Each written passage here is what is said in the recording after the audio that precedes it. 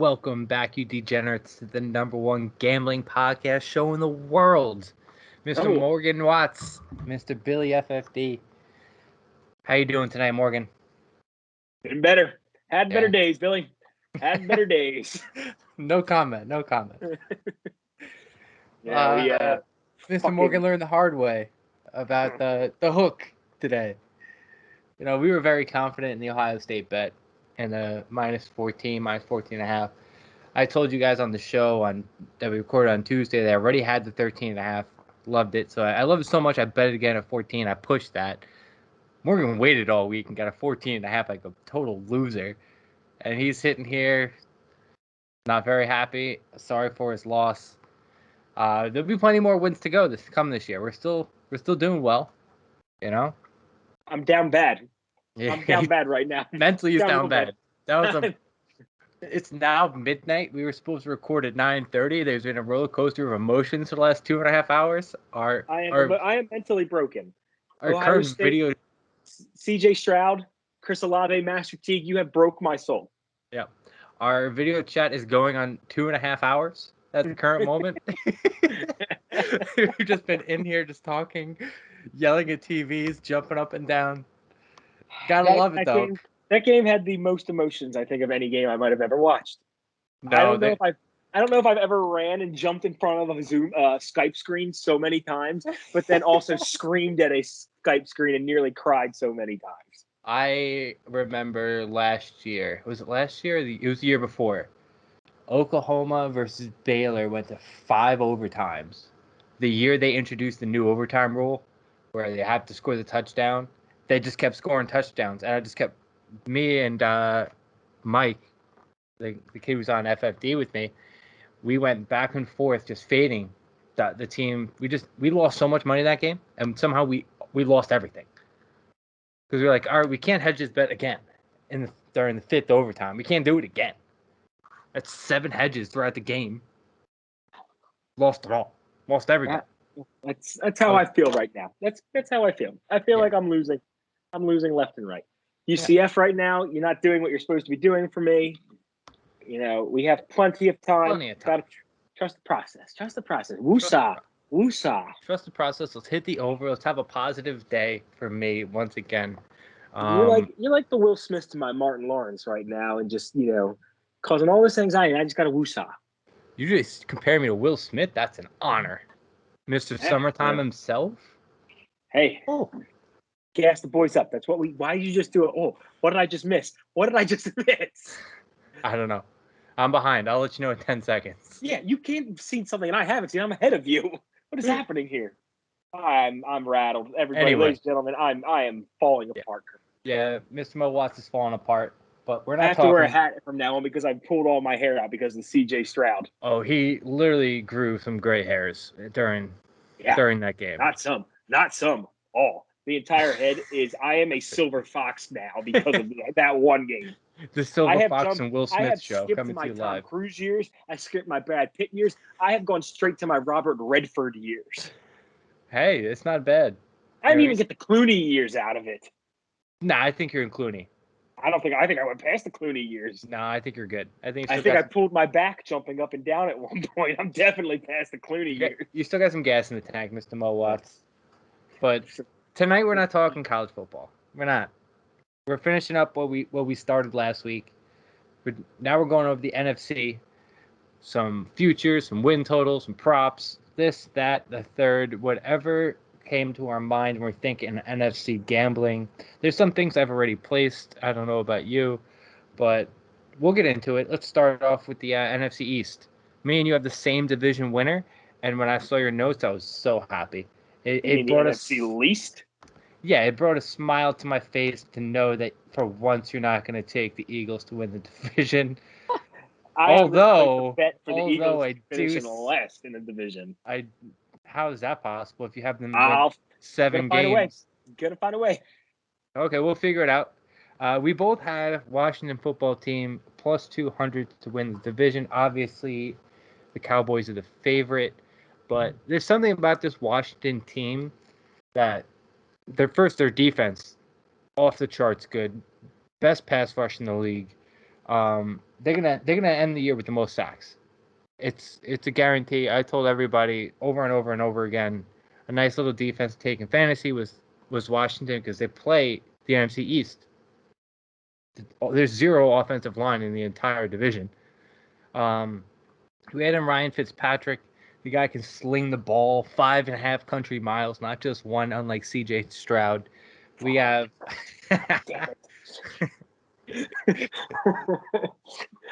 Terry McLaurin. This is not a college football show tonight. That's on Tuesday. God. Just one dig. Just one dig before we get to some Eagles talk. Come on. There's no hurting in that. If you look at my notes, my Eagles talk is actually my shortest notes. I didn't even scroll down yet to see it. Like I was saying, second year, Ron Rivera. I don't think he's a very good coach, but he can win. He's been to a Super Bowl before. He knows how to get there. Worst case, you have Ryan Fitzpatrick slinging the rock, Terry McLaurin. You know, sometimes he'll have a great game, sometimes a bad game. But the good thing about this team, and probably it's probably the best defense Fitz has ever had.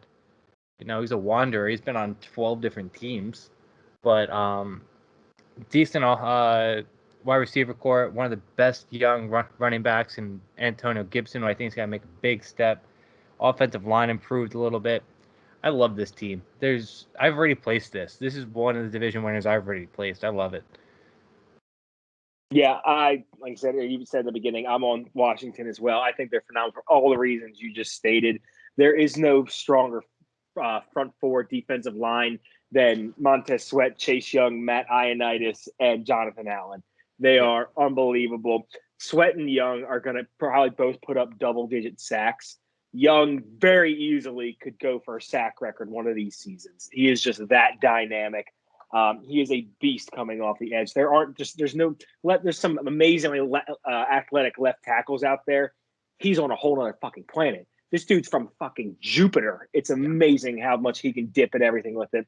Their secondary has been proving. Their entire defense is improving. Like I said, it's all going to come down to the offensive side of the ball for them. Riverboat Ron is take a look at those good Carolina years. Great defense, run the football.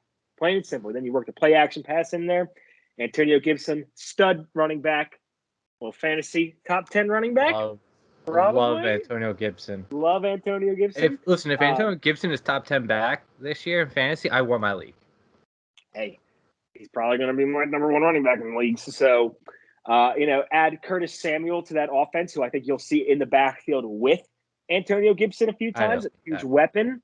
Absolutely phenomenal. Putting it with Terry McLaurin, Logan Thomas out there, very underrated tight end. Like you said, offensive line is improving, has been much better.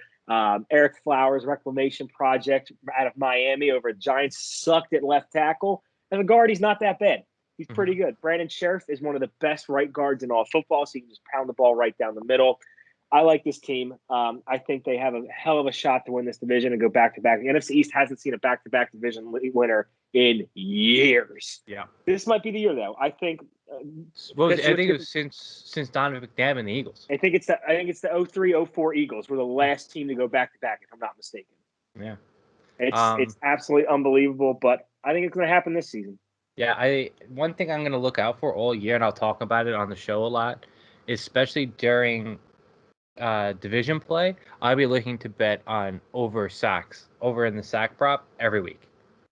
Every week. You said socks for a second. Yeah, socks. All right, that's a new one. I'm interested in that. When the Washington football team plays the White Sox, I expect them to sack them 9 times.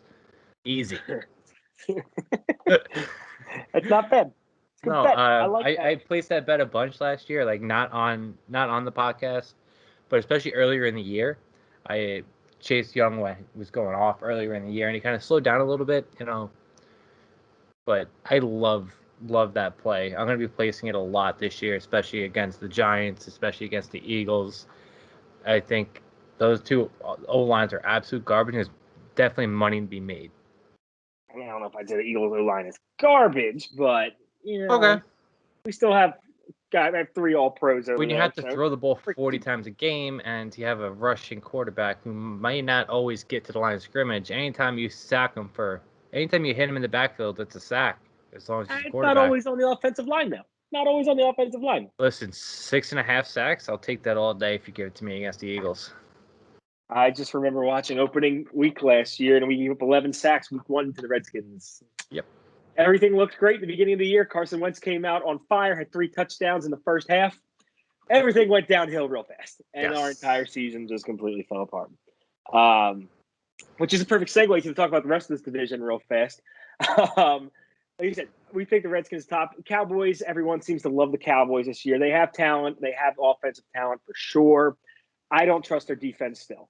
I really don't think it's going to be there. They were historically bad for the majority of the season last year. Really, they didn't make too many big changes. They brought in Devontae, or I don't know what it is, KZ from Atlanta. They drafted Micah Parsons. I love Micah Parsons. He's a fucking monster. He's a beast. Can he stay out of trouble? He ran into a lot of issues at Penn State. I think he had like 18 or so domestic disturbances against him. Not good. He fits in great with Dallas. They have a phenomenal linebacking core with Vander Esch, Jalen Smith, and Micah Parsons. But the problem is the league is not a 3-linebacker league anymore. It is a nickel defense with 2 linebackers on the field. So I think that was more of a luxury pick. It's kind of like the CeeDee Lamb pick last year. Probably should have gone somewhere else. But, hey, do what you want to do, Jerry. I feel like Micah does fit in that defense well. Like, he's fast enough he can play in the nickel. He can get out there. Linebackers are tough to translate over the NFL. You don't see many of those top guys really take off. Like Aaron Curry back in, I think it was 2005, was supposed to be the greatest linebacker of all time out of Wake Forest. Went number 4 overall to the Seahawks, out of the league in 3 seasons. Well, we've had a couple good ones recently, so I wouldn't put it out of some good ones. Penn State's historically been linebacker U, so we'll see what happens. But I mean, who knows what's going to happen with Dak also. Yeah. Dak's coming off that brutal ankle injury. He's had the shoulder injury this entire preseason. That's definitely going to linger. It's not going to go away. It's kind of like when you pull a hamstring. It never really goes away. It's still there. Yeah. So, we'll see what goes on there. I don't think their going back to defense side, I don't think the secondary is enough. They've lost a lot of pieces. They're really relying on DeMarcus Lawrence as their main primary pass rusher.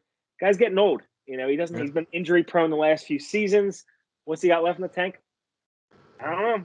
That old line was very good a few years ago. They're starting to get up there in age as well. Fast. Real fast. Losing Travis Frederick beginning of last season, that was brutal for them. Yeah. Zach Martin's gotten old. Tyron Smith is a shell. Oh, that's a block. Oh, my God. I don't know how he got that punt off. Sorry. But Tyron Smith is just a shell of his former self. His back is done. It could go real good or it could go real bad for that team real fast. Yeah. So we'll see what happens. The Giants stink. This whole division stinks. It's going to be a competition. Who's the worst quarterback? Jalen Hurts, Daniel Jones. It comes down, is Daniel Jones the guy or is he just a guy? I don't think he's even a guy. I don't think he's a guy. I don't even think once his Giants gig is done, I don't even think he's going to be a backup for anybody. Listen, I think there's talent there. I just don't think he has the mental, saying he doesn't have the mental ability to get better is not really the right thing to say, but I don't think he's built that way. You know what I mean? Different. He's not built different. He's not mentally prepared to take that step. And you saw it last year where we thought, okay, Daniel Jones, he'll improve. He'll get better. He'll get better as the year goes on. Maybe not having Barkley last year hurt him, but if he's bad again this year, he's got to go. They're going to draft another quarterback, and I don't know. Maybe they should bring in Cam. I don't know. It's something that'd be interesting. I think Cam is shot, and that offensive line still sucks. They have not invested in bottom 5 offensive line line in the league. They took Andrew Thomas with that pick last year. He was the wrong pick at 4th overall. He stinks. It's another turnstile left tackle. They can't draft offensive linemen to save their life. They invest in the wrong guys. This year they took Kadarius Toney after they traded back. They should have drafted Rashawn Slater with their pick instead of trading back with the Bears. They needed help on that offensive line. If they weren't going to take him, they should have shook Eliza Vera Tucker. They could throw him in at guard. Have something. You invested a high pick in Barkley, who you're going to have to pay after this season. Yeah. What's he going to do? He's going to he might put up 1,300 yards, but on average, 3.2 per carry. I don't know if he does. We'll see. He's got the knee. He's got the knee issue that he's coming off the ACL from last year. He can only run to the right. He can't run to the left. Mm-hmm. The O-line is bad. The play scheme has been bad. The only good thing is they signed Kenny Golladay, but he's not what he was from 4 years ago. Yeah, that's a crummy. Joe Judge, maybe first coach fired. He could be up there. I like Joe Judge, though. I really like Joe Judge as a coach. Like him all that much, according to Kelvin Benjamin. Kelvin Benjamin's a fat fuck. Hey, you got to have fat fucks in the league somewhere. Not at receiver and trying to be a tight end. Get out of here, you bum. But then there's the Eagles. They stink. What is there to say? We suck. I see a lot of people. Before you go on, the idea you think they're going to win 7 games is absolutely asinine. It's absolutely insane. Because I think they'll fuck themselves out of getting a top draft pick, because that's just what we do. We screw things up, and they'll think they do enough. I see a lot of people right now saying that the Eagles are a surprise sleeper team. I don't know what they're watching, what they're smoking. They're smoking meth.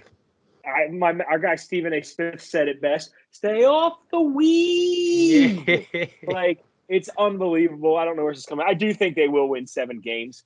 I best they can get 6. Just because this division sucks. This division so bad. Last year they couldn't get 7 wins. There was a lot of issues with quarterback play last season. I think we got my boy quarterback, the real quarterback Jesus, Gardner Minshew, coming in here. Gardner's not going to play, man. He's not. Take that job. He's going to take that job midseason. There's my wins right there. That's all I need. Gardner mania. If not, I got the perfect backup quarterback forever, and I'm excited about it. Speaking of which, if anybody is out there, if you watch this podcast, you saw my Twitter, I did put out please someone buy me a Gardner Minshew jersey, please. I would love that if one of our watchers, one of our viewers, listeners would like to do that for me. I'll sign something for you and send it your way. Sign something. But yeah, I think the Eagles are going to be a 7-10 team.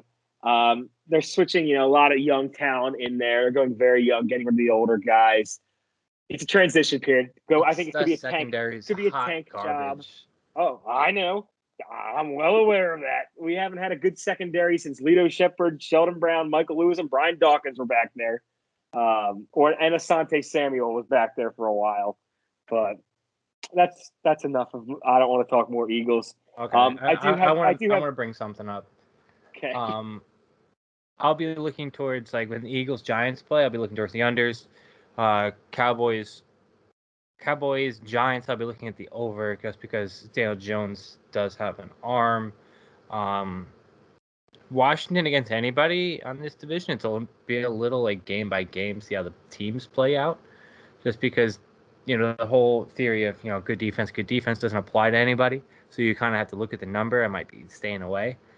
But, yeah, I just wanted to throw that out there, that I think the Eagles Giants unders are going to be great plays this year. I really like that Cowboy Giants one also, because those are just going to be slugfests and just shootouts a lot of times. It is every time. There's no defense that's going to be played there. So I do actually, now I think about that more, I love that idea. Yeah, like Bradbury's a great corner for the Giants, but they just throw the opposite way, and he played the Cowboys. Like, say Dak's arm is 75% good, he's gonna torch the Giants because Dak doesn't get enough credit. He's a great quarterback. I don't like to admit it. He's good. He's okay. Good. He's all right. He was going to break the passing record, all passing records last year. Yeah, I'm aware. He was on my fantasy team. Wasn't too happy. It was the worst moment ever for a fantasy football player when your rival quarterback goes down, but he's also your fantasy quarterback. Sucks. Nothing worse. I do have some totals that I'm interested in. Cowboys. I'm taking the Cowboys under 9 wins. I actually think they're going to push right at 9 wins. Yeah. So I think they're going to. I think they're just going to push because this division is just crap. I don't think they're good enough to go against. We're against the NFC South this year. I don't think they'll win. I think Atlanta and Dallas will be another shootout. They're not going to beat the Buccaneers. I don't know. They're not going to beat. I don't think they beat the Saints either. The Saints defense is very good. The Saints is in New Orleans also, so I don't think that they're going to win that game. TBD. Panthers have a solid defense, so they might. I They might love the Panthers this year. We'll get to that in a bit. I love the Panthers this year. Eagles. I do have the Eagles over 6.5. I have them finishing 7 and 10. It's all these guys are right on it. Giants, I think, are going to be under 7. I think that's either going to be a push or a 6-win team. I think they're all going to go pretty much 3 and 3 in the division against each other. And then Washington over 8.5. I think Washington's winning at least 9, possibly 10. I think they're taking this division, like we said earlier. And I think Washington will be a team that takes 4 out of 6 in this division, and that's all it's going to take this year. No, I don't hate that. I'm just trying to pull something up right quick. NFC East. Washington was the best team against the spread in this division last year, and I kind of think that happens again. They're the only team to cover by more than half of a point. So yeah, I love to see that. I want to take a quick look at the over-unders while I have it in front of me. I should have pulled this up before, but we told you before the whole Ohio State thing threw us for a loop. Giants unders 3 and 13 to the. They hit the under 13 times last year. Washington hit the under 11 times. Philly 9, and Dallas, you figured they hit the over every time when Dak was there. So they put up an average of 45 points when Dak was playing last year. So overs for them. That's okay. It's not bad. For me, average. I'm thinking Giants under 7. It's a flat 7. Mm-hmm. Okay. I'll take the Giants under 7. I think they go 6 and 11. Same thing with the Eagles. I'm taking the under. I think they go 6 and 11. Washington over, and then Cowboys push at 9. So I think Washington could fuck around and win like 10 or 11 games this year pretty easily. I think they have, like you said, they're playing the NFC South. They're going to beat the Falcons. I think they can push for. I think they could have a chance to beat the Saints this year. I'll say that. Yeah, we have NFC South and AFC West this year. Oh. Yeah. It changes things a little bit. 9-10 wins. 9-10 wins. I still think they hit the over. We'll see. We'll see what happens. All right, where we want to move. Eagles only winning 4 games. That's a lot. You can lock that in. Right, if you have a prop 0 to 4 wins. They'll take 2 games. They'll take a game from the Giants. They'll take a game from the Cowboys. I think they will not beat the Cowboys. They will not. We went over this like a week ago. We play the Lions. That's a win. We're better than the Lions. Could be. We play the Broncos. I think Broncos suck. No, you're not beating the Broncos. We're beating the Broncos, which another one of our win totals. How the fuck the Broncos are getting 8.5 wins is unbelievable. Unbelievable. I'm just going to keep playing that bet. And I have it at plus 120, which is a ludicrous number for that. Mm-hmm. So that's if you didn't watch the AFC episode, Broncos under 8.5. Take it, run with it, go get some free money. Yeah, that's until they change out quarterbacks. That's free money, I think. Should we head up north to where it's a little bit colder now? Yeah, we disagree on this one a little bit. I'm taking the chalk. I'm taking the Packers. They are the better team on both sides of the ball. They can't stop the run, but that doesn't matter when they can put up 40 points every single night with Aaron Rodgers. Do I think Aaron Rodgers is going to throw for 11% touchdown rate again this year? No. But do I still think he's probably the top 3 best quarterback of all time? Yes. Do I think that Devontae Adams is still the best receiver in football? Yes. Is Aaron Jones still a stud? Yes. Linebacker is great. UCF. Let's go. Let's hit that over, baby. Let me get that 5.5. I told you everything's gonna be fine, Mr. Mo West. Everything's gonna be fine at the end of the day. Listen, the Minnesota's got too many holes. Dalvin Cook can go down at a pin drop. You really trust Kirk Cousins to win this division? The Bears. I hate that. No, I don't like that. I'll tell you right now, I don't like that. I do like the addition of Herndon with the Vikings. But tell me, break it down for me. Tell me why you like the Vikings. I do like the Vikings. I'm on the Vikings at plus 250 to take this division. I think it is going to come down to the Packers and Vikings. I think they'll split against each other. They're going to beat up on the crummy Bears and the Lions. Kirk Cousins is coming off a season where he just threw 35 touchdowns. He's going to have a little bit more stability of playing with Adam Thielen and Justin Jefferson. Like I said, that addition of Chris Herndon, I think, will be pretty big because Kirk Cousins historically has played very well to the tight ends. So I like that. I think Dalvin Cook is the massive X factor. And kind of like you said, if he stays healthy, that's huge. Yeah. That offensive line continues to grow and get better each year. Dalvin Cook, if he stays healthy, that line stays healthy, he has a very strong shot at winning the rushing title. No. I think he definitely does because they're a play-action running team. They run the ball. We talked about it last week just because you can bring that up as like a potential odds to win. I don't have we didn't write it down because you're clearly not that confident in it. If you think like the same way I feel about the Titans, there's zero chance. There's zero chance anybody but Derrick Henry is going to win the rushing title. You got to throw something at the board sometimes. See if it sticks. Yeah, no, but like maybe they decide they got Julio now. They're going to betting against Bill Belichick in New England. It's just you're going to lose. It's like betting against Alabama. It's like trying to take a 14.5 point spread, and you're just not going to hit it. In New England week 1, I'm betting against Bill Belichick. Oh, we do it every year, and what happens every year? We lose, but it's okay. You gotta humble ourselves. Just trying to break the trend. Every year we go out trying to break the trend. But yeah, there's a lot of. I think that Minnesota secondary is very undervalued as well. They do have a good pass rush. They brought in some veterans in the back end, which I do like. They brought Patrick Peterson over, who still does have a little bit left in the tank. They've been relying on a lot of youth back there in the past few years, and they're growing. They're getting older. They've been around the block. They've seen some things. Eric Kendricks is a pretty darn good linebacker. They have some pieces, and I think they're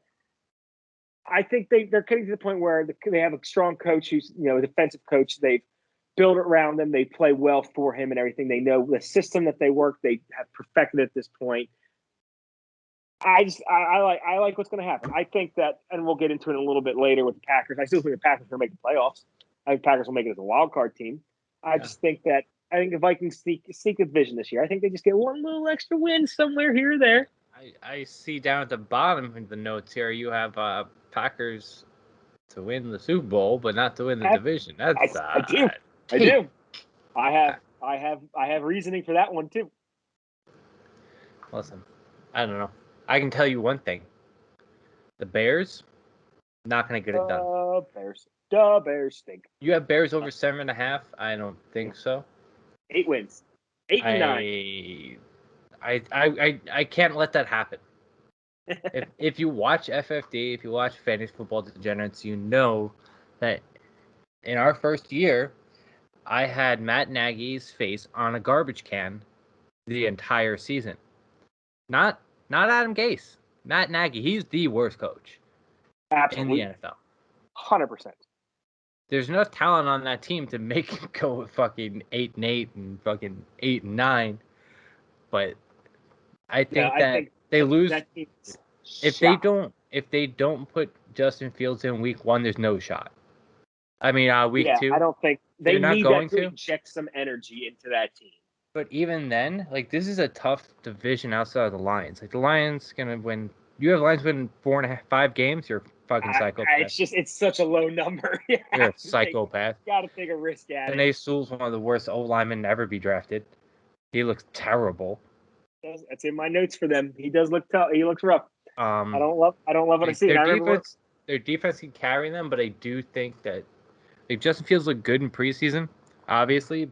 But it was preseason. He was playing against 2s and 3s. I think, especially in the division, like you said, if you think the Vikings are going to win, they're not going to beat the Vikings. They're not going to beat the Packers. They can never beat the Packers. They have to get their wins elsewhere. And Justin Fields being a rookie, I just don't know if game to game, in and out, he's going to have what it takes, especially if he doesn't start right away. I personally think he's going to start week 2. They're just feeding Andy Dalton to the Wolves out in L.A., but that's just my opinion. But Matt Nagy is known to be a fucking idiot and the worst coach of all time. So That's 7.5. I'd lay off if anything, because like you said, the Bears just somehow win games. The They line's finally over win. four I and a think half is nuts. the defense for the Bears, the defense is still somewhat there. I think the defense is stepping back. I think Khalil Mack is starting to lose a step. He's just been around the block a long time. I think he also could be dealt at some point. I don't know if he necessarily finishes the season with the Bears. Did you see the report that came out about John Gruden crying for 3 days? Yeah. Oh, yeah, sure, okay. I believe it. You watched Hard Knocks? I believe it. Actually, the guy cried like 10 times on Hard Knocks. Last Hard Knocks I watched was the Browns a couple of years ago.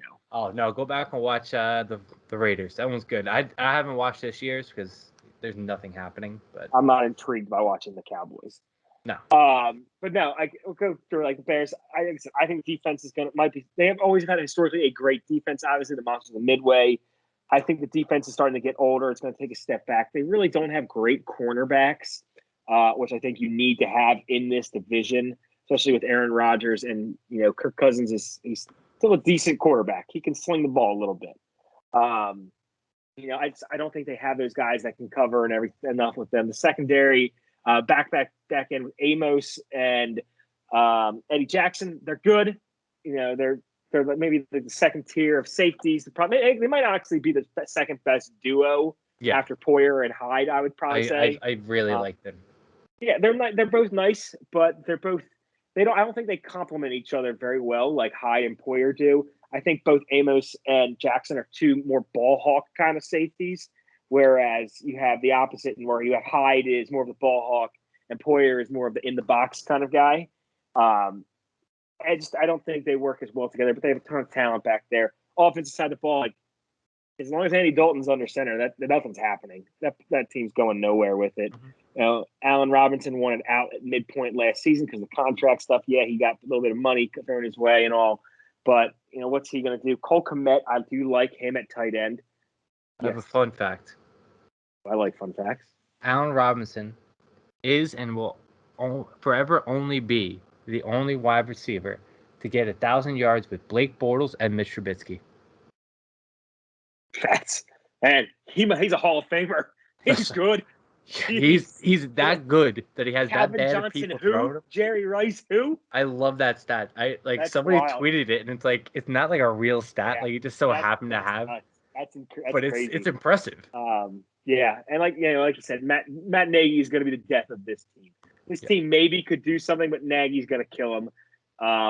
Their special teams just haunts the Bears, no matter who is out there. Mm-hmm. It's uncanny, just the awful things that happen. The Bears, before we go any farther, because I know you're about to watch something, I'm just looking at the over-under trends from last year. You know how I said good defenses? The Bears are the only team that doesn't apply to because they don't score. Oh, interruption. You got to look at what just happened at this Boise State UCF game. Sorry, everybody listening. I'm about to. It's about to pop up. The game just came back on. Everybody else in division hit the over 60% of the time, except for the Bears. The Bears haven't hit the over in the past 3 seasons, consistently. No, this division's very top heavy. Like Packers are obviously still the Packers. Like you kind of teased a little bit.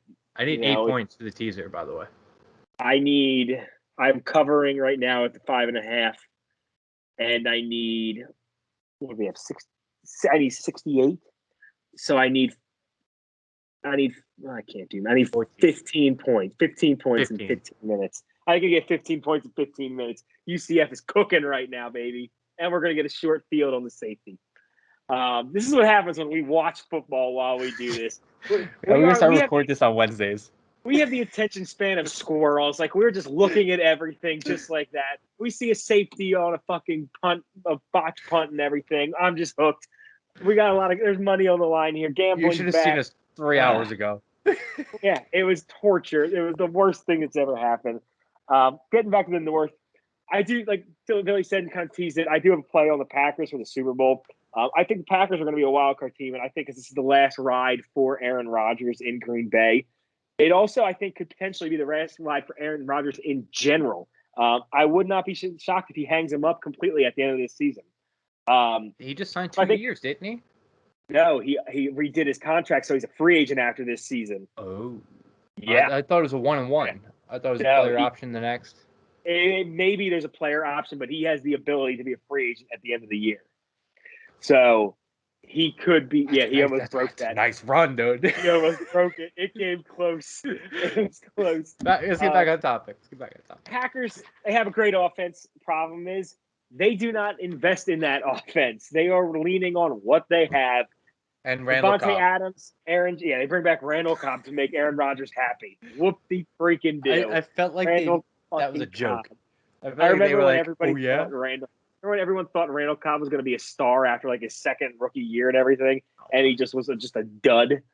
Kentucky receivers, guys. There's no good Kentucky players in the NFL. I felt like that Aaron Rodgers is trolling at that point. They're like, I'm not coming back. Devontae Adams, like, I'm not coming back either. I'm going to hold out. Yeah.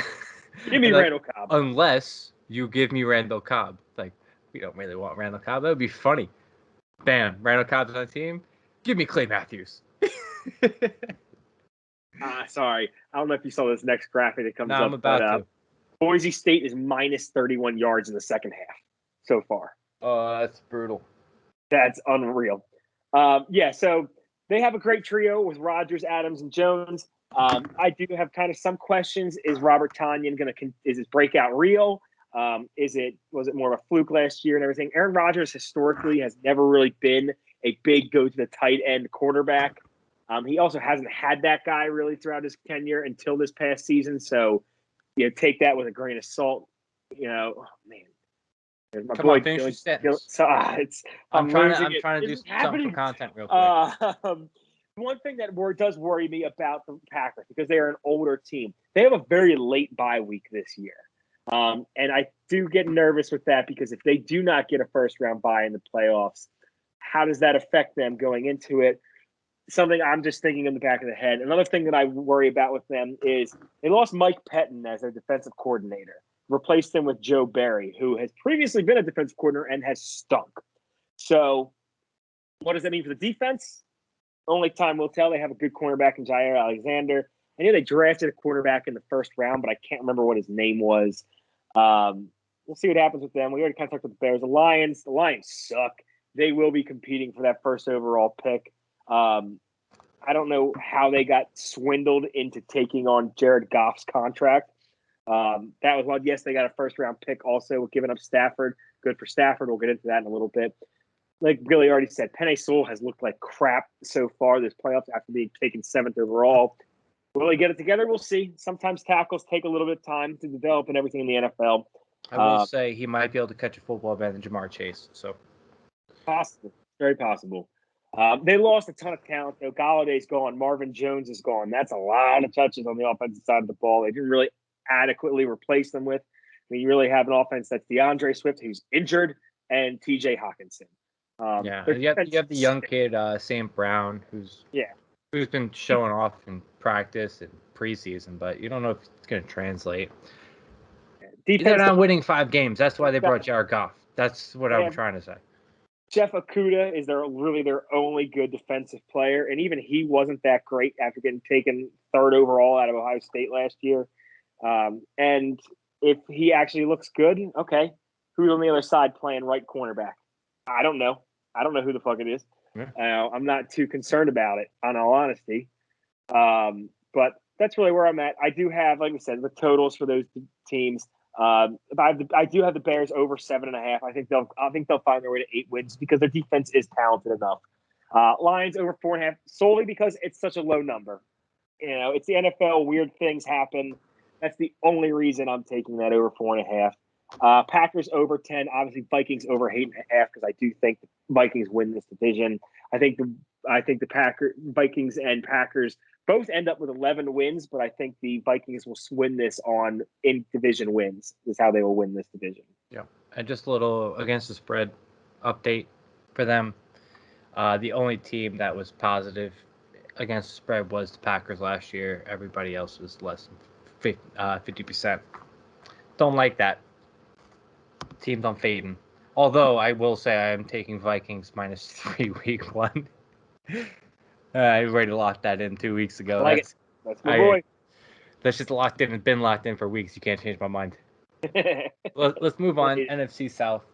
The Lions are winning 5 games, and that's all that matters. The Buccaneers, heavy favorites, and this number should be like plus 800, -800. I mean, excuse me. It's weird that it's only -200. Like it Yeah. should be much bigger.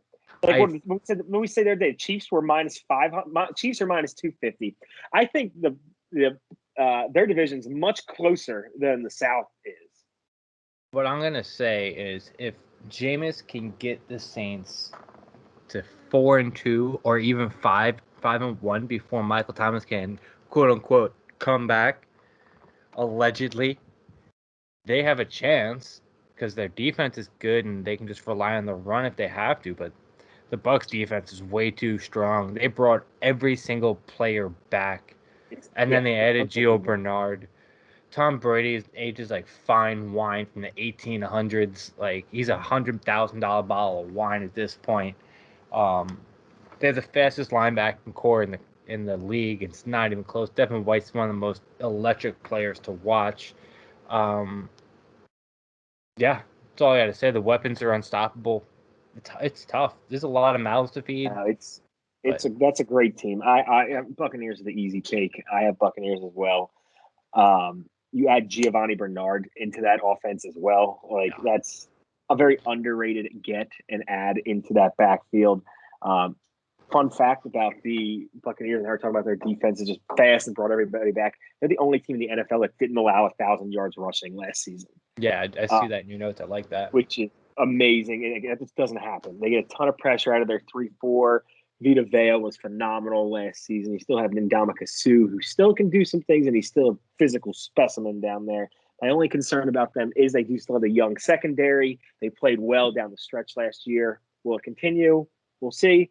You never know with those kind of things with the young players, especially in the secondary. Corners are really hot and cold, it seems like, in the NFL. Even the elite guys have those crummy years. Like Xavier Rhodes a couple of years ago sucked, and he's good again. It happens. Carlton Davis, Sean Bunting Murphy, or I think it's Murphy Bunting, one of those two, however way it gets said. They're good, but will they continue it? We'll see. They're the clear cut favorite in this thing. Yeah. It's not even going to be close. They're just going to destroy everybody. Yep. I mean, they always play. For some reason, the Saints I always feel like play them very well. It doesn't matter who their quarterback is. Like even when Taysom played them last year, it was a close game. Saints covered that game. The Panthers, I think the Panthers can be better this year, but until Tom Brady retires, there's nothing there for them. See, I'm actually on the opposite of that. I don't think the Panthers are going to be that much better. I actually have the Panthers under 7.5 wins. I don't like Sam Darnold. I don't like Sam Darnold either, but I think he's a good enough game manager, and I think that they might even go 3 wide and then just have CMC out of the backfield and just run the offense like that. You throw Terrence Marshall into that offense instead of Curtis Samuel, who didn't really fit in what what's his name's trying to do. I forgot. Matt Rule. Yeah, Matt Rule, my favorite fucking college coach. But I thought that was a great draft pick by them. J.C. Horn was another great pick. The defense is better. Sam Darnold isn't a bad quarterback. He just got stuck with Adam Gase. I do have that. Yeah, I think it's not only better. I just don't think my thinking is I think you had a very good game manager quarterback in Bridgewater, if that's what you were aiming at, right? Darnold, you're taking almost like a lottery pick here with Darnold. I think he could be better because he's going to have actually a good offensive coordinator in Joe Brady, who is going for NFL jobs. He got passed over this year. He's not happy he got passed over. Look at the Eagles' job. Brady would have been a bigger guy than Nick Sirianni coming in. Nobody else interviewed Nick Sirianni for a head coaching gig. That's right? Brady, they shouldn't have. Joe Brady interviewed for every single head coaching vacancy. Yeah. It's shocking that he didn't get one. So I think he's going to have his offense running this year. But I don't know. I don't trust Darnold enough to give him give them much. Their defense has some nice pieces. My one thing why I think he might succeed is because look what Ryan Tannehill did when he left Adam Gase. That's a good point. That's fair. As soon as you leave the gates of hell, it's kind of get to do some things, which is good. They're an interesting team. They got pieces. McCaffrey, is he going to be healthy this year? We'll see. Yes. They held him out at the end of the year. They knew they weren't going anywhere. He could have played week 14 on. Like, if they were in contention, he would have been on the field, but they were already out of contention. Yeah. The defense, like the thing that's weird about Matt Rule and this team is they got to invest something in that offense. Like both the two drafts that he's had so far, he's invested so heavy in the defense, which is great. Build the defense and all. They took Derek Brown out of Auburn last season.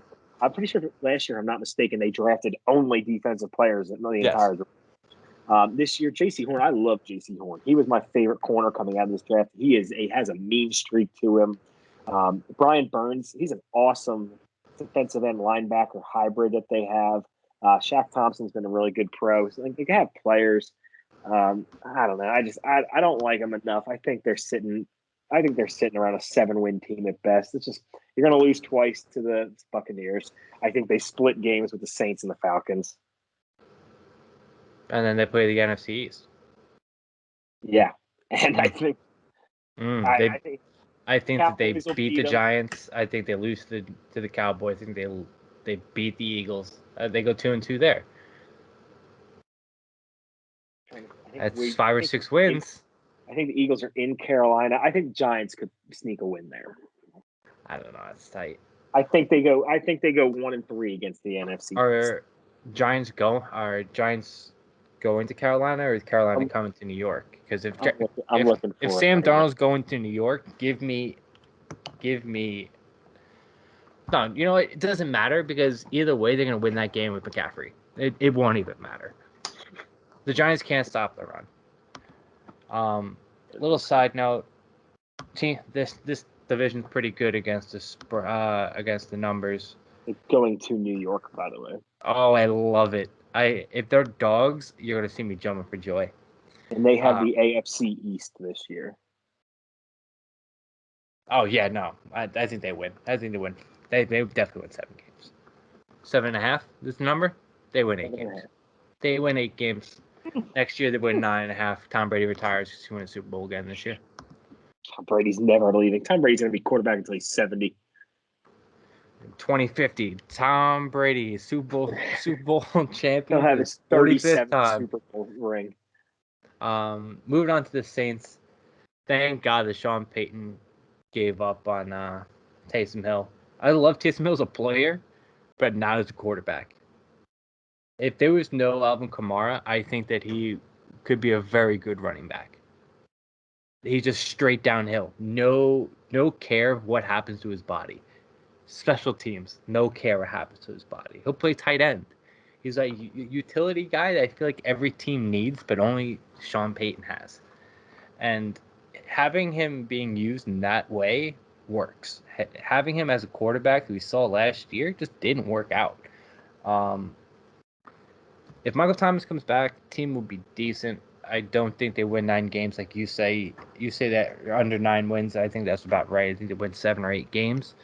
Just right along with the Panthers. The Falcons winning. We're just going to skip over the Saints because, outside of Drew Brees is pretty much the same team. It is, yeah.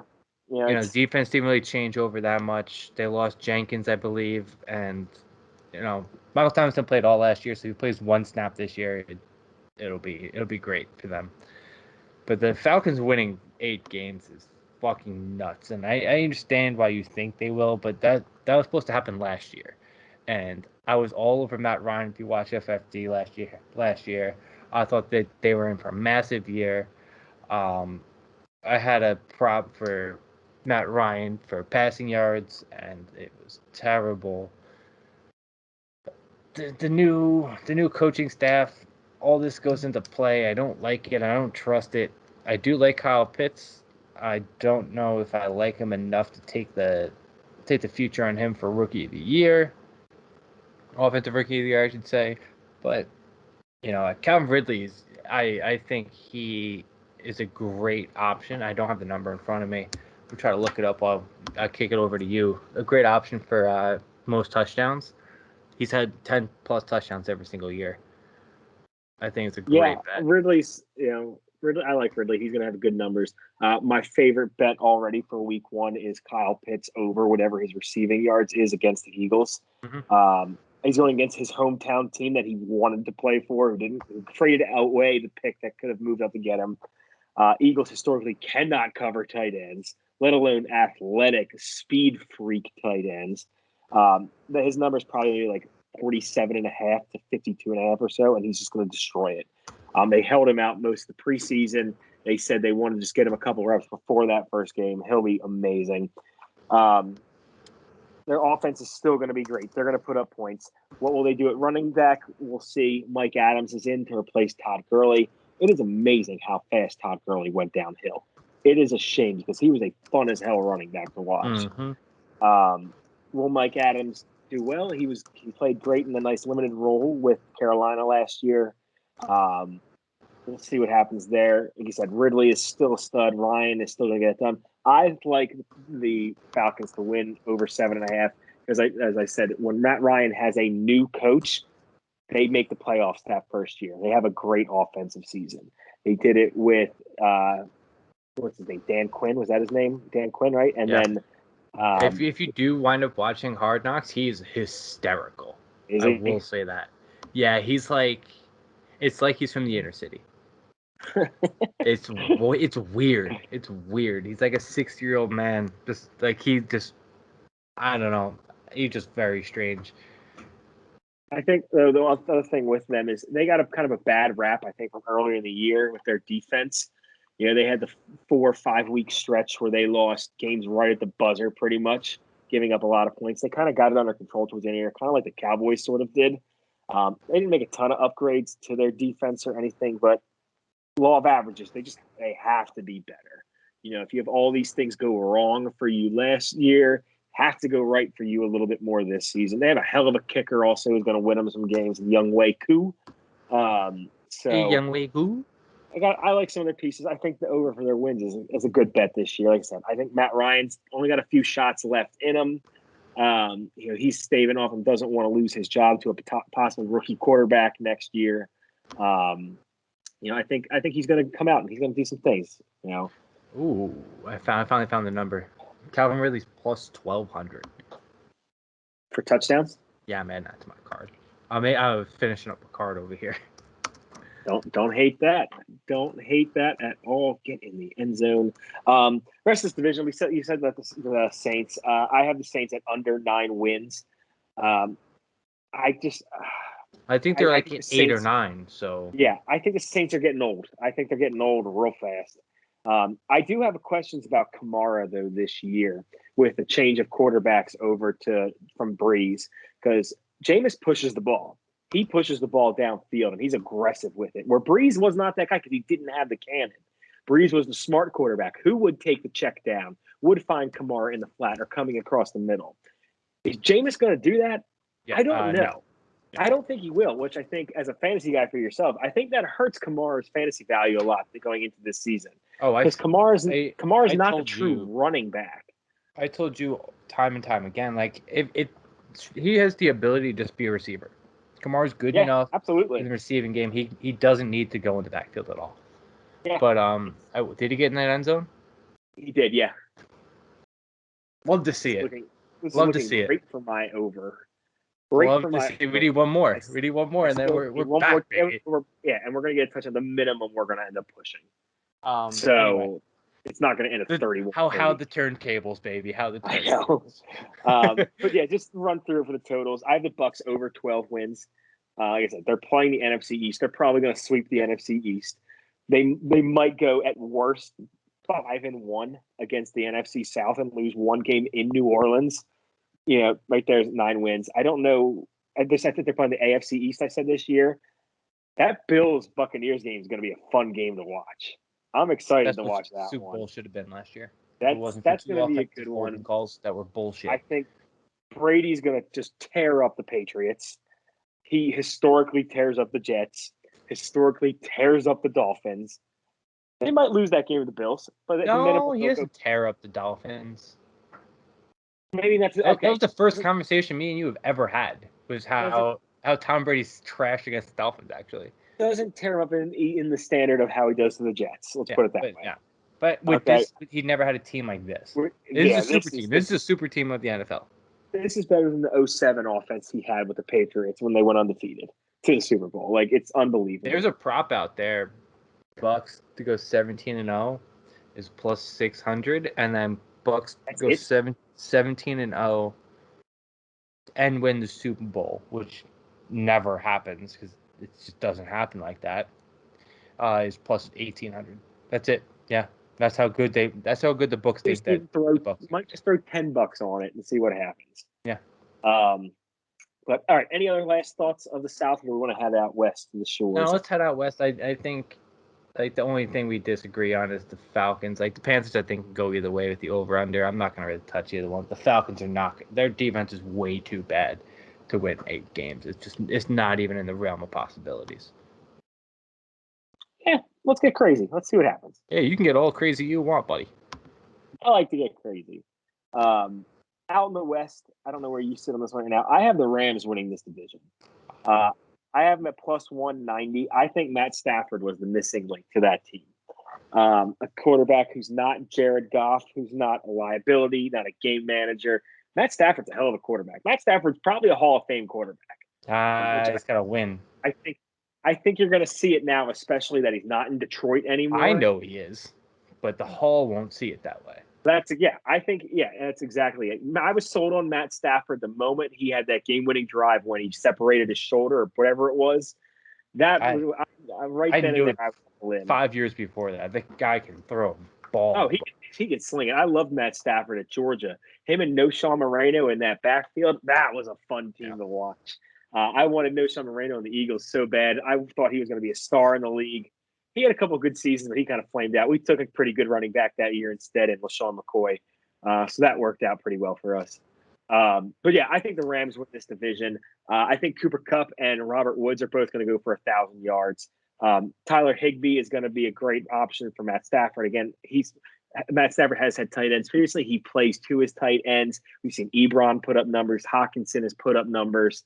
Really, the only guy who never did was Pettigrew, and Pettigrew was more of a blocking tight end than a receiving tight end.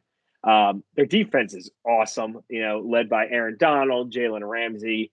It's going to be a contest. Which one of them puts up bigger numbers to win Defensive Player of the Year? Like, they're so good. The guy, I think his name's Darius Williams, is the other side corner. He's phenomenal as well. Like, they are just deep all over the place. The running game does concern me a little bit. Losing Cam Akers was huge, I think. Sony Michel coming over from New England. I don't know. I'm not too impressed with him or anything. I was never really a big guy of him. I think something that's really sneaky that you can't ever forget about the Rams, though. Johnny Hekker, best punter in football. Changing field position is huge in the NFL.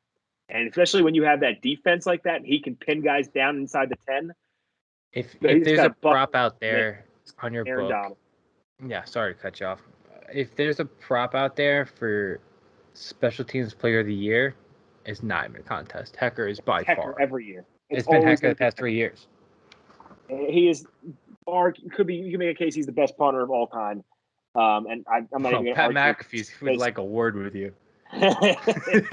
It's just that flipping the field, I think, is so underrated, and I don't think enough people think about it. The field position battle, especially in your close divisional games and stuff like that, is going to be massive.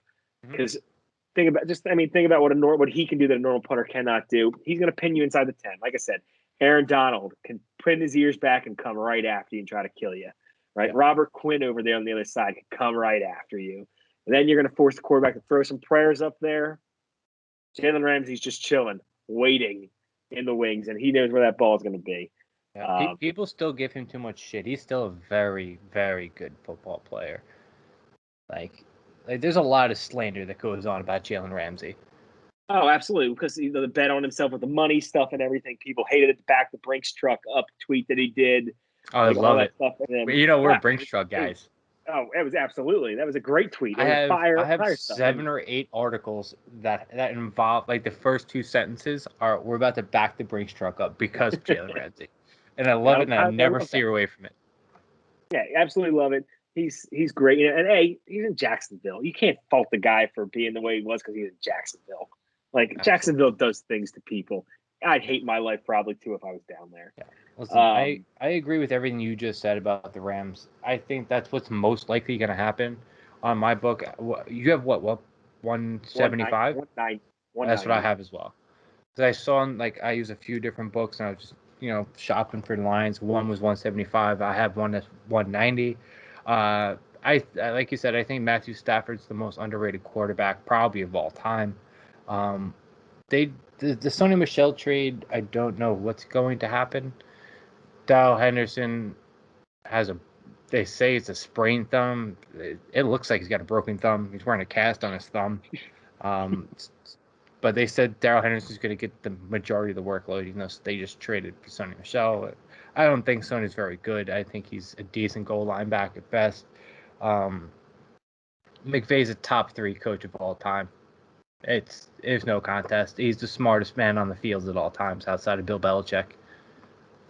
There's nobody like him. People last year were like, "Oh, he stinks." Man, he's got a shit quarterback. That's what he has. He doesn't stink. His quarterback stinks.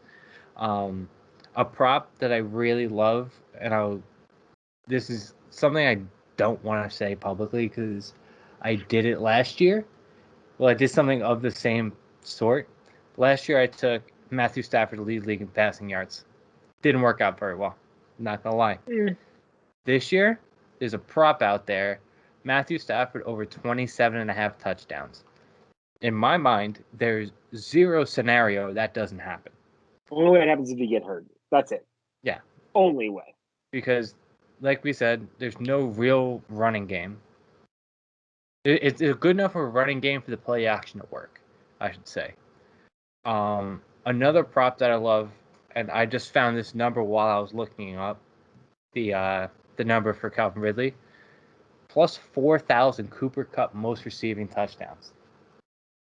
Not bad. That's a great value for somebody who's more of a touchdown guy than Robert Woods is. Yes, and he's been proven to have double-digit touchdowns. He had a down year last year. Everybody's writing him off this year. On my fantasy team last year.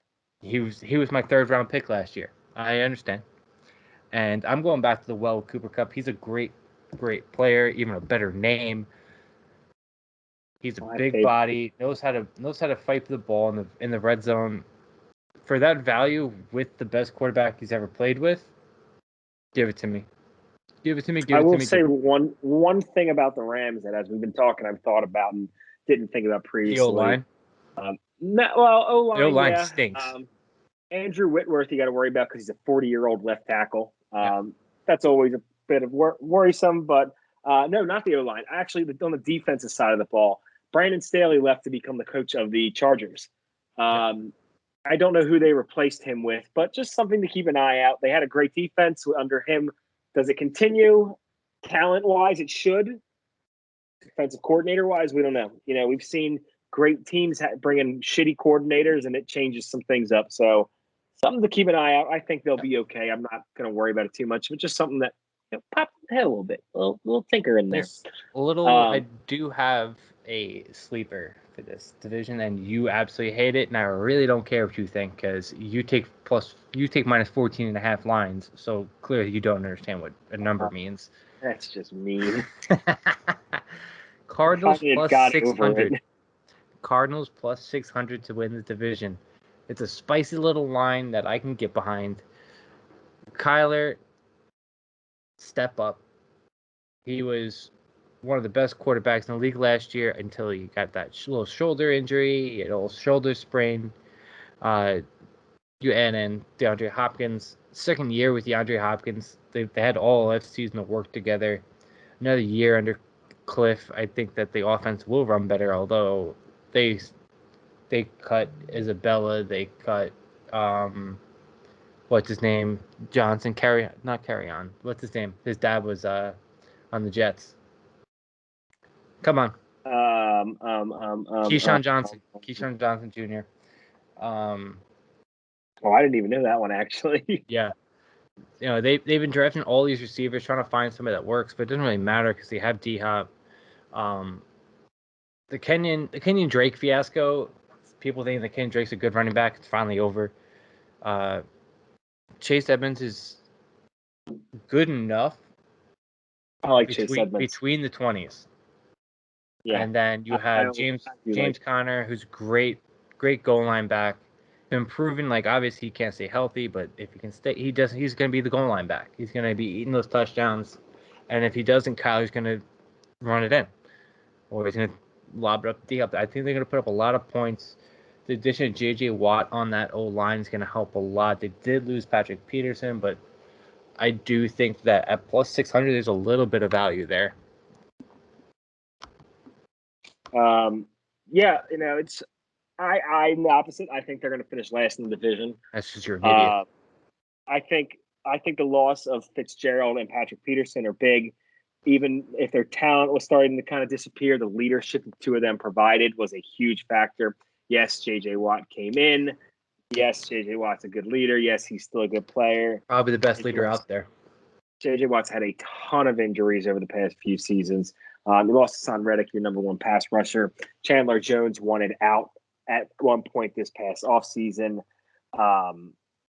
Their offensive line really hasn't been that phenomenal. When you have a really small quarterback in Kyler Murray, one hit the wrong way, you could say with any guy, obviously, but one hit with a smaller guy, something could happen.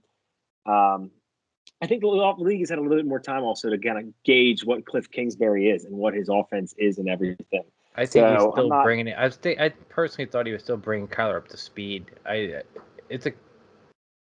He's young. He's still a young guy. Yeah, no, it's still young. It's an interesting team. The running back situation, I don't trust James Conner.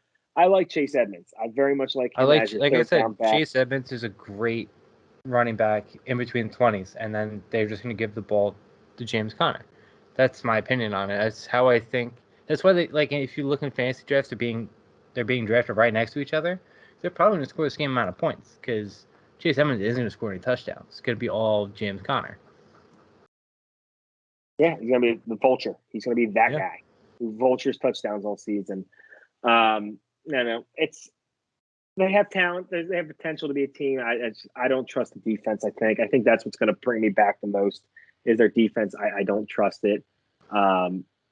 They paid a crap ton of money to Budda Baker, who's a great safety, but is he number one safety money of all time worth it? I don't know about that. That's just market. That's just inflation. Oh, I get that part and everything. But then Jamal Adams got more money right after that. Okay, well, yeah, that's recent history and everything. But it wasn't like that for the longest time. So I don't know. They're an interesting team. There's no terrible team in this division. It's not like it used to be where the Cardinals were just the joke of that division and just getting destroyed. Get in the end zone. That's that's a push at the minimum for our total right there. I'm up to where he overthrows him and it was almost intercepted. I just threw something at the TV. I have them finishing fourth in the division. I think the 49ers finished second. I think the Seahawks actually finished third in this division. For the Niners, Seahawks stink. They stink. I do agree. I think the Seahawks are done. I think they're overrated. I think they're coming back down. They're getting old. They have, Russell Wilson is great, but I think he's going to start to. I don't know if we're going to see him if they unleash him finally and just let it, air Russell kind of moment and everything. Maybe something happens. They can't protect him though. Still, they do not invest in that offensive line to save him. He's going to get murdered. The defense, Bobby Wagner's there, but Bobby Wagner's starting to lose a bit of a step. I think you could see him a little bit last year. He's not Bobby as fast Wagner as he was. Great Bobby DFS Wagner. stat out here. For those of you who don't know, tight ends against Bobby Wagner every time. He's the number one worst I remember you telling me that yards after last year. catch linebacker of all time. He's terrible in pass coverage. He deserves no money. He got a contract, was it 2 years ago? He deserves no money. He averages 70 yards after the catch per game. That's horrible. Obviously it has something to do with the secondary. It's not just him. I just say real fast, we're going for 2 right here, which is going to give us the over. But they better score. If not, Well, Boise State's going to have to come down and score a touchdown regardless. So, and I think Boise State will score a touchdown. Sorry to everybody listening, watching. Yeah, sorry. There's 4 minutes left. But this game's getting interesting. While there's a flag on the field, Bobby Wagner is coming down to earth. They lost Shaquille Griffin in the secondary to Jacksonville. Didn't adequately replace him. Jamal Adams. I love Jamal Adams, but he is an in-the-box safety. He is not a coverage safety. So, and I'm not a big proponent of investing a ton of money in the safety position on that top guy. I don't think that's the best allocation of resources for money, but safeties are, don't get me wrong, I think safeties are great. My favorite player of all time is Brian Dawkins. I think one of the best safeties of all time. I'm not DK Metcalf, Tyler Lockett are arguably the best wide receiver duo that there is. Running game is a question mark unless you got Chris Carson as your number one fantasy running back. Sorry again, plays happening. I have to say. I can take over. Get in the end zone. Is he in there? Son of a bitch. No, he didn't get in. You fucking bitch. The running game is terrible for the Seahawks. It really is. Gabriel's hurt. Breaking it right here. Dylan Gabriel's down. Injuries.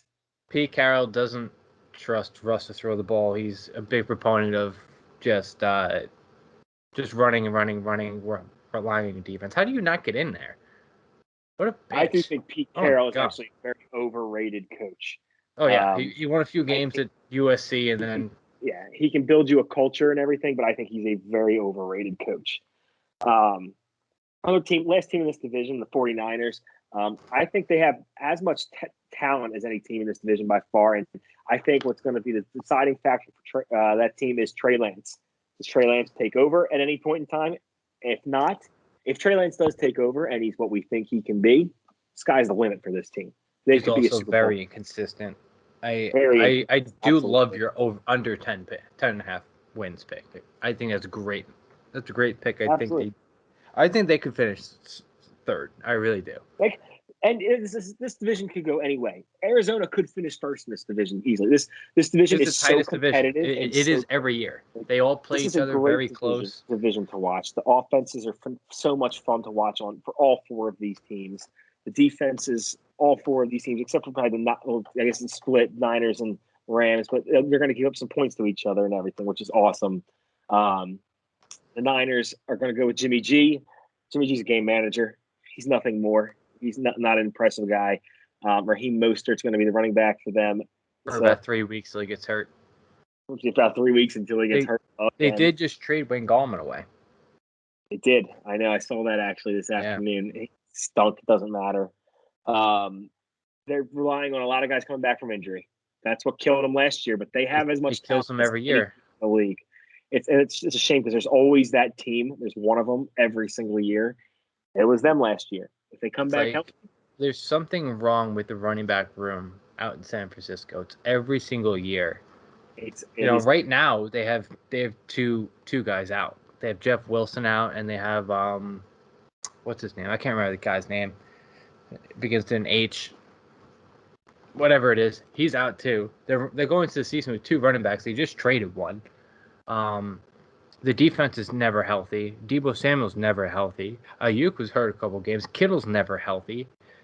And then Jimmy G is an average player at best. So, although for some reason, it's the most insane thing that they are significantly better when Jimmy G is on the field when they're not. But they don't score any points when he's on the field. It's very strange to watch. They were better. I think they were better last year with Nick Mullins under center. I always think that, and then they just lose games. Yeah, once they lost to the Eagles last year, like okay, this team's just not it. You can't lose to the Eagles. You can't let Travis Fulgham catch a game-winning touchdown over you. Like, come on now, you're better than this. A quick little trend things. I just pulled it up. This division is all straight unders. The best team to the over is San Francisco. They went 50%, 8-8 last year. Every other team is under. The Rams went 6-12 to the under last year. Arizona 5-11, both hitting at 65 or more % to the under, which I love it. Can I just say, sidebar No, real fast? absolutely not. It is the funniest thing when a player in college or wherever gets checked for a concussion and one of his teammates just slaps him on the helmet as he gets up to walk off the field. It happens every single time a dude is getting checked for a concussion.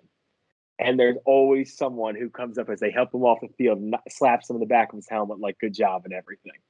It is amazing to me. Totals that I'm going to look at for these teams, though, getting back into it. Cardinals under 8.5. Like I said, I don't think the Cardinals are. I think Cardinals are going to be like an 8-win team, maybe a 7-win team. I don't think they're taking that next step. Niners under 10.5. I think that's a 10-win team, maybe a 9-win team, but I'm looking more around 10. I think.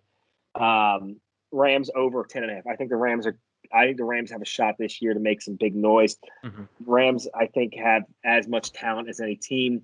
You said it. I think it was last year, 2 years ago. The Rams could have stayed healthy and everything, and Goff was actually something. The Rams have as much talent as any team in the league. Yes. It is unbelievable that what they can do.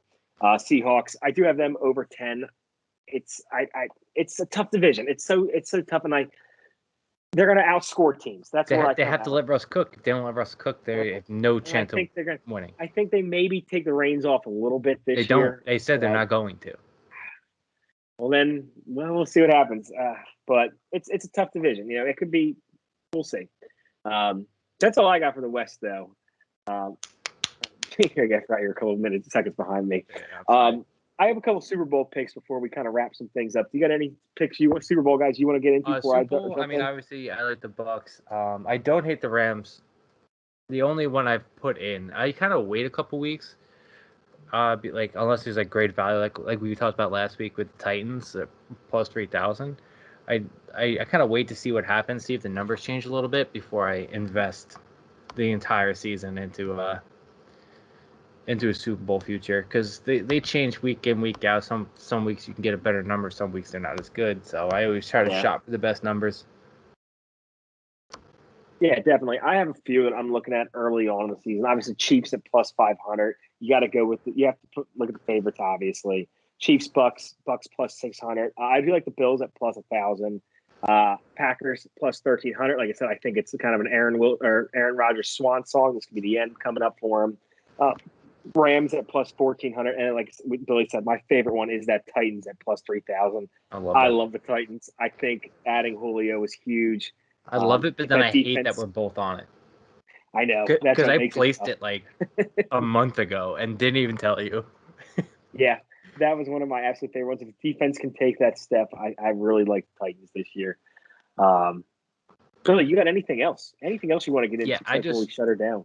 I forgot to mention it when we went over the Cowboys. I have a prop already placed in for CeeDee Lamb, most passing yards, plus 2,500. I think it's a great bet. He was on pace for 1,200 yards last year before Dak got hurt. So I think it's a great bet. That's good. I do like that bet actually. As much as I don't like Cowboys and everything, that is a nice bet. Defense is garbage. If Dak can throw the ball, we're good. They're going to throw the ball. You know, he's taking over Amari. That's it. That's it for me. That's all I got this week. Yeah. Next week we'll be talking lines, dude. We'll be talking lines. I already know what my picks are. They're already in. I'm posting the picks that I already placed. I'm posting them the numbers as they are, because I should have posted the 13.5 today, but I wanted to be fair to the people gambling this morning. But what are you gonna do? Like me getting up at 8 o'clock to post my picks because I was so excited. 14. So have you woke me up? I got a ding at like 7 in the morning. Yeah, I felt like a brand new man. I felt amazing. But Billy, where can we find you at? Fuck you, bitch. You can find me at Billy FFD. Yeah, Billy FFD on Twitter. You can find me at FFD_podcast. You can find me at FFDpodcast.com. New articles coming out every couple days. I'm writing tonight/tomorrow morning. It'll be up by the afternoon tomorrow. My inside look at how I approach a DFS season and how I look at specific games and like where do I find the value and stuff like that. Just kind of going through my process of like how I pick my lineups before I actually pick my lineup. Fun fact, I already have my lineup set. But it's not like set, but like who I want to play in like all these different lineups. This for week 1, I love it. I can't wait. DFS is one of my favorite things. I'll be on Jared's stream tomorrow. J Philly the Kid on Twitch. Follow J Philly the Kid on Twitch. Follow J Philly the Kid on Twitch. Morgan, where can we find you? Sorry, look at your TV. Something happens. Big. Something really dumb and big happens. You can find me at MoWatts26 on Betting the Diagonal, obviously. I will have picks coming up for college football, for NFL. I can't believe that was the first me? down was the first down was right there. Are you kidding me? I end the show. Come on. That was the worst thing I've seen. Find us at Betting the Diagonal. Like we said last episode, if you listened, if you didn't, we're telling you again now. Tuesdays will be our college football talk episodes. Thursdays will be our NFL talk episodes. We will throw NFL in on the Tuesdays for Thursday games as well, so that if there is something we like in those, we will talk about them. And obviously, we will talk about any other sports that come on. Eventually, college basketball will be back here for us. Maybe some golf action. We love talking golf. We love talking ponies. Maybe we'll get some interesting things going on. That was just a heartbreaking play that just happened. Like my face. You look so. You see me throw like 4 pens across the room. I need one goddamn point. Gambling's a great time, boys and girls. This is unbelievable. Anybody who says we don't actually gamble in these games when we put fucking 13 picks up, you out of your fucking minds. You don't get out of your mind. Emotion. If you don't see the emotion in our faces when this shit's happening, you don't know what's happening. Where goes my positive day? Gotta love. It's only money, right, everybody? It's only money. Greggy Kirk, it's only money. We are betting the diagonal. We will see Degenerates next week. Have fun gambling.